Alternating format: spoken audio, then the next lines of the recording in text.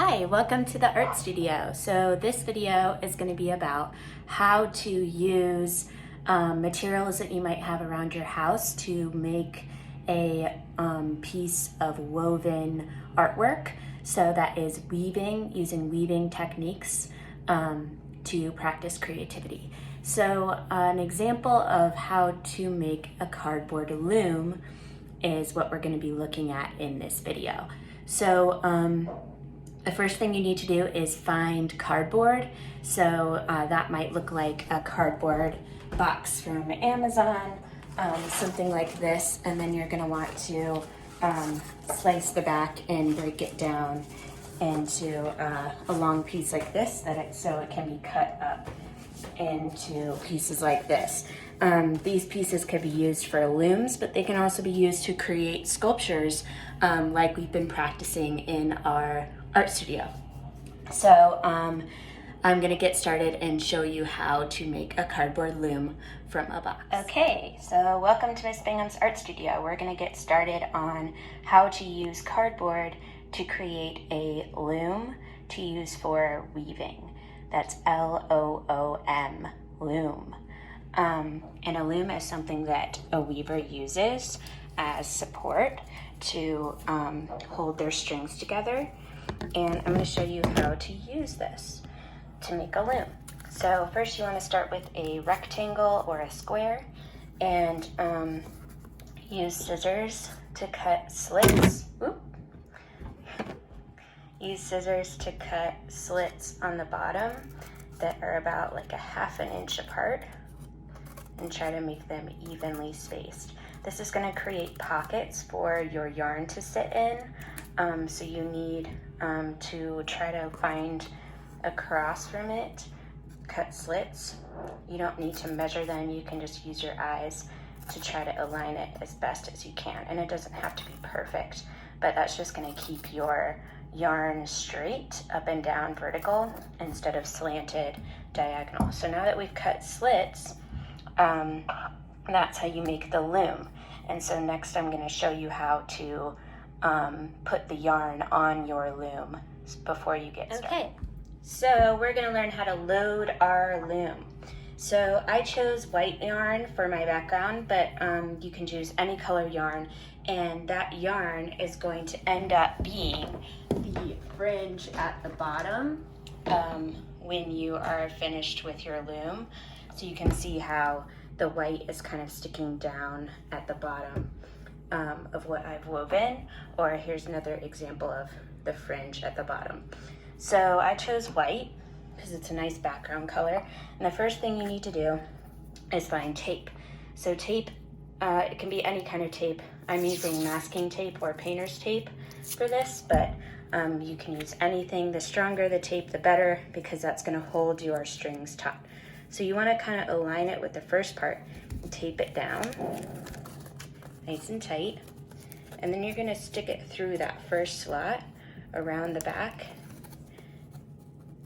straight up and down like that, then through the next one, through each one of those little pockets that you created. And you want to go all the way to the end before you cut off your yarn. Okay, great. So now we want to tape again. So create more tape and tape that other end down so it stays taut. Now I'm going to cut off the end, and now I've got a loom to use. And the loom has the parts that are vertical that you use as kind of the background, and now you're going to be choosing yarn to go across to create this part of your design. And part of the creative part of weaving is deciding what colors to use to go across and how much of each color and when to change colors and what patterns you're creating in your weaving. So here's some different examples. There's this one. Here's another larger weaving that was created, and here's one more large ones. You can see how the different strings that were selected are what make it most interesting. So you're going to select your first color of yarn, and I just went ahead and cut off a piece. So I'm going to start going over the first string. I'm going to skip that one. I'm going to go under and over that one and under the next one. And I'm going to pull it almost all the way through, but I'm going to leave a little bit sticking out so it doesn't fall out. And I'm going to kind of scoot that down like that so it's at the bottom. And then I'm going to take the end that's long and I'm going to turn around and I'm going to go under and over and under and over the next string.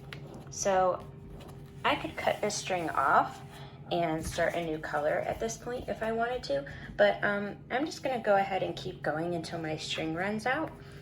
So I have a nice thick red section. Over, under, and pull it through. And I think I have room for one more row. Under, over, under, over, under.